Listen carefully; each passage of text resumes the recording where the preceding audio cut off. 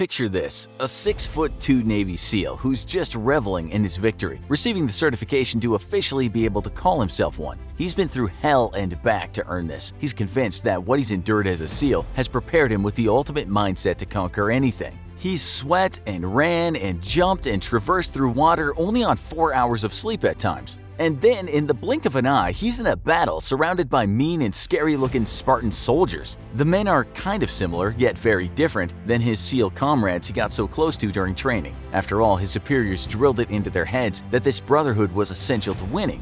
But now, he's alone and forced to confront a battle that he's never seen the likes of before. Could he do it? We'll take a closer look at his odds and more in this episode of the Infographics Show, a Navy SEAL versus the 300 Spartans from the Battle of Thermopylae. The tension that caused the Battle of Thermopylae all started with Darius I, the king of Persia, who ruled from 522 to 486. He sent heralds or announcers to Greek cities in 491 BCE to convince them to yield to Persian rule. His predecessor Xerxes followed suit, invading Greece, but not Athens or Sparta, both of which formed a resistance. To help dissect what the odds are, let's backtrack and do a deep dive into what Navy SEAL training is like to see how he'd fare in a scenario he's just been dropped in. Even before starting the BUDS training or basic underwater demolition SEAL training, he had to endure the Naval Special Warfare Prep in Great Lakes, Illinois for 2 months of physical and mental preparation. Rewinding to even before then, he took the ASVAB, which stands for the Armed Services Vocational Aptitude Battery Test. This tested skills like mathematical reasoning, word knowledge, and paragraph comprehension, all of which seemed pretty useless when Spartans are coming at him with spears and swords. The Computerized Special Operations Resilience Test, or CSORT, was completely like the ASVAB,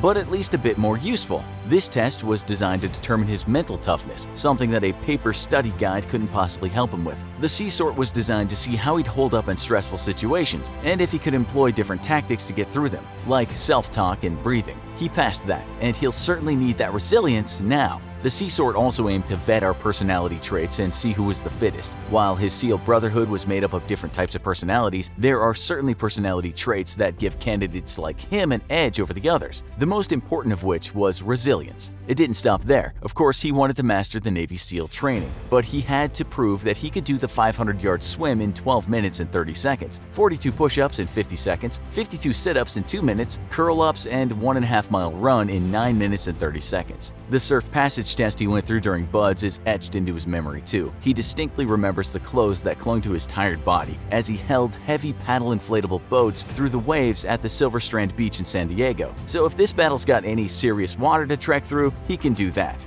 BUDS is the main part of SEAL training, and it was held at Naval Special Warfare Training Center in Coronado, California, and was the next step. For 6 months, he and other almost SEALs crawled through the mud, tied nearly impossible knots underwater, and were on the brink of hypothermia. This was all designed to break him down mentally, but he did something right. Hell Week, the aptly named part of BUDS, began 2 weeks in, on day 15 of overall training. Hell Week meant swimming miles upon miles through unholy cold waters and then toiling through sand and mud in heavy gear. On top of all that, Hell Week was made even more fun because he was running on just 4 hours of sleep throughout the ordeal. One ex-SEAL, a guy named Marcus Luttrell, said this about Hell Week in his book Lone Survivor. Guys collapsed onto the sand, others just stood there, too many of them wondering how they could possibly go on. And he went on to include himself in this account of his suffering, writing, "Including me, knees were buckling, joints throbbing. I don't think anyone could stand up without hurting." Because he survived Hell Week, he was one of the lucky ones who continued on to train in diving and land warfare, learn to become a sniper who could leap out of planes, and navigate the depths of the ocean.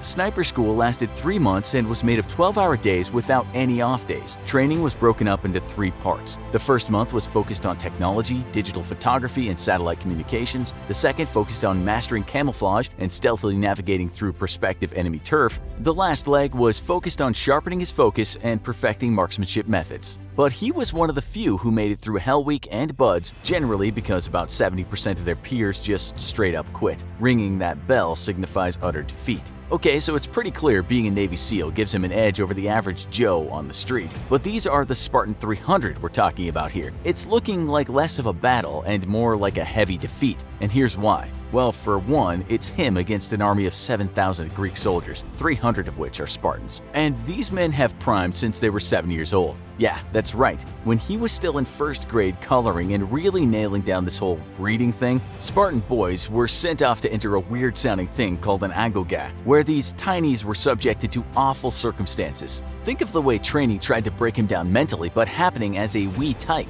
To help picture what the agoga was like, it was a state-sponsored training program to turn kids into soldiers from this very early age. They were housed in a barracks with all the other would-bes and were immersed in academics, warfare, and sports. At 12 was when the torture started, though. Initiates, as they were called at that age and state of the agoga, were stripped of all clothes except for a red cloak. They were also made to sleep outside on a bed that they made for themselves from reeds. If that wasn't enough to make our SEAL shake in his boots, they gave these kids a limited amount of food and were violently punished when things went wrong. After 14 years of being subjected to this, they were signed on to serve a term that lasted 40 years. But all of this training and these brutal conditions made them unstoppable. In the 8th century BC, Sparta conquered Laconia and Messenia. The captives from these two cities were made slaves for the Spartans, at their beck and call for farming, nursing, and domestic servitude in Spartan homes and military attendance. The Spartans continued this streak by being victorious and capturing neighboring city-states, garnering more slaves. And they weren't too different from the brotherhood we mentioned earlier that he formed with our SEAL's own platoon. They stood together to not let anything stand in their way of fighting for their country. So what about the weapons he'll be faced with during this battle? He can expect to see an intense spear called a dory. The dory was typically gripped with one hand, either over or under, and the other hand was freed up to be used to hold a shield. Spartans would grip the spear with leather to further solidify their grip on it. The end of the dory was made of bronze or iron welded to be in the shape of a leaf, and its shaft was made of cornel wood,